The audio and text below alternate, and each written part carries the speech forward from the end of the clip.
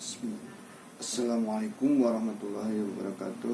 Salam sejahtera untuk kita semua.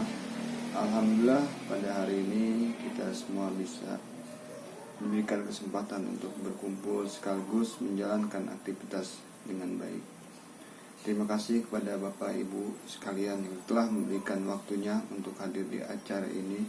Semoga kita semua sama-sama diringankan langkahnya, dimudahkan hatinya, dilembutkan hatinya, dan dipanjangkan umurnya agar selalu diperpanjang ilmu agama.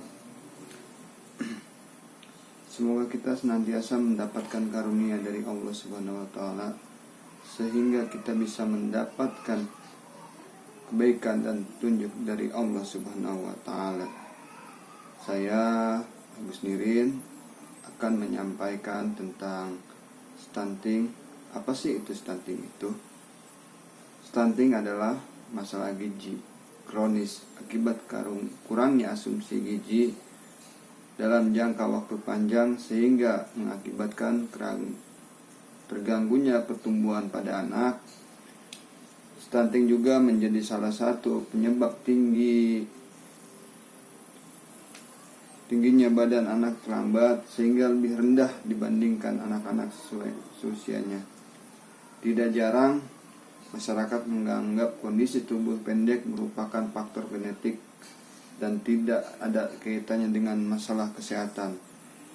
Faktanya, faktor genetika memiliki pengaruh kecil terhadap kondisi kesehatan seorang dibandingkan dengan faktor lingkungan dan pelayanan kesehatan.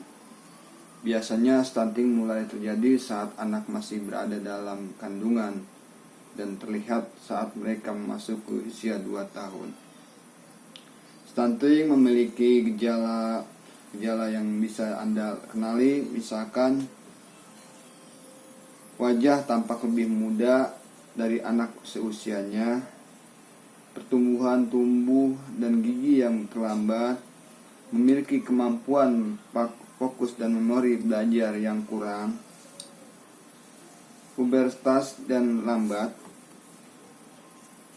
serta saat menginjak usia 8-10 tahun, anak cenderung lebih pendiam dan tidak banyak melakukan kontak mata dengan orang sekitarnya.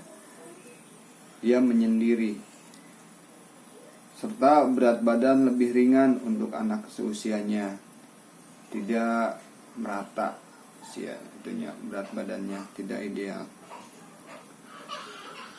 Angka stunting di Indonesia masih cukup tinggi, yaitu 21,6% berdasarkan hasil survei status gizi Indonesia tahun 2022. Walaupun terjadi penurunan dari tahun sebelumnya, yaitu 24,4% tahun 2021, namun masih perlu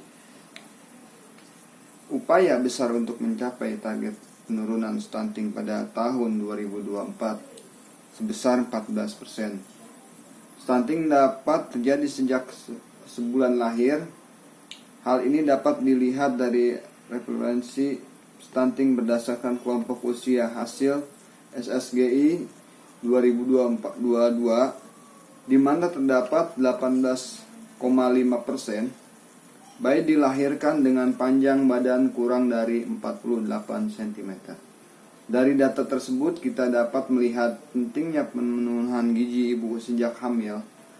Hasil yang cukup memprihatinkan dari survei yang masih ada, risiko terjadinya stunting meningkat sebesar 1,6% kali dari kelompok umur 6-11 bulan ke kelompok umur 12 sampai dengan 23 bulan, 13,7% ke 22,4%. Hal ini menunjukkan kegagalan dalam pemberian makanan pendamping ASI MPASI sejak usia 6 bulan, baik dari segi kesesuaian umur, frekuensi, jumlah, dan varian makanan. Pihak Kementerian Kesehatan mengangkat bahwa stunting merupakan ancaman utama terhadap kualitas masyarakat Indonesia. Bukan hanya mengganggu pertumbuhan fisik, anak usia juga mengalami gangguan perkembangan otak yang akan mengaruhi kemampuan dan prestasi mereka. Selain itu, anak yang menderita stunting akan memiliki riwayat kesehatan buruk. Karena daya tahan tubuh yang juga buruk, stunting juga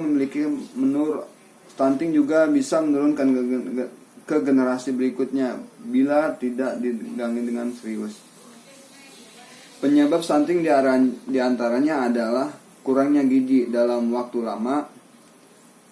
Tanpa disadari, penyebab stunting pada dasarnya sudah bisa terjadi sejak anak berada di dalam kandungan.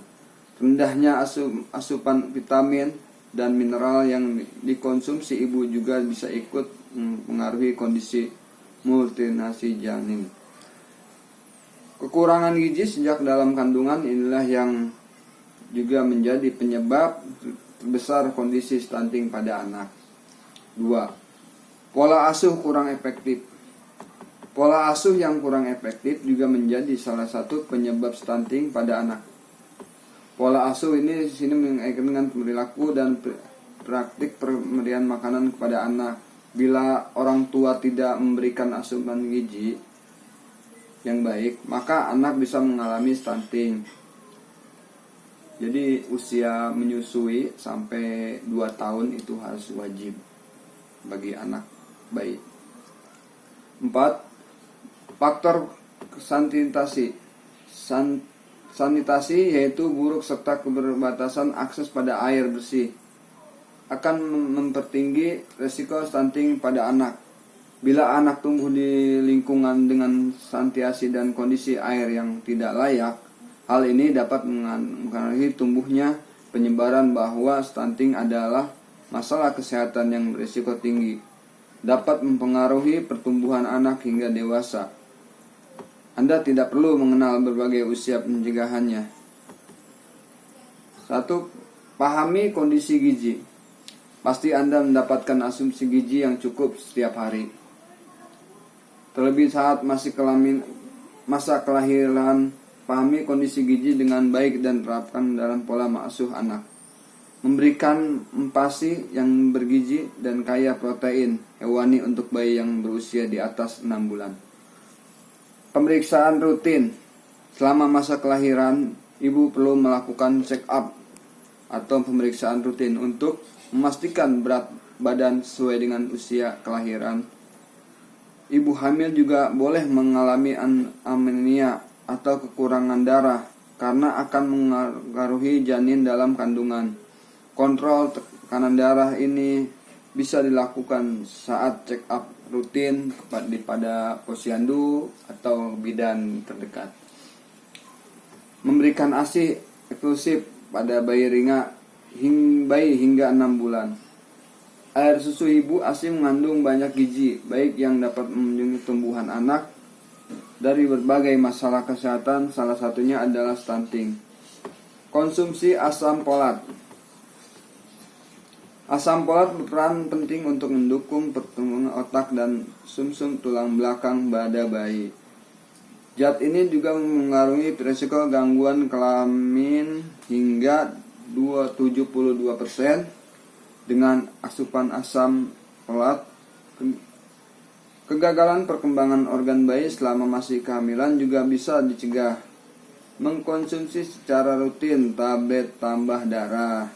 Hal ini dilakukan ketika anak sudah menginjak masa remaja, biasanya diberikan oleh pihak puskesmas atau poli anak atau kegiatan posyandu di wilayah masing-masing. Demikian pemaparan yang saya dapat jelaskan. Selebihnya saya ucapkan terima kasih. Bila ada ucapan atau kata yang salah, saya ucapkan banyak-banyak terima kasih. Assalamualaikum warahmatullahi wabarakatuh.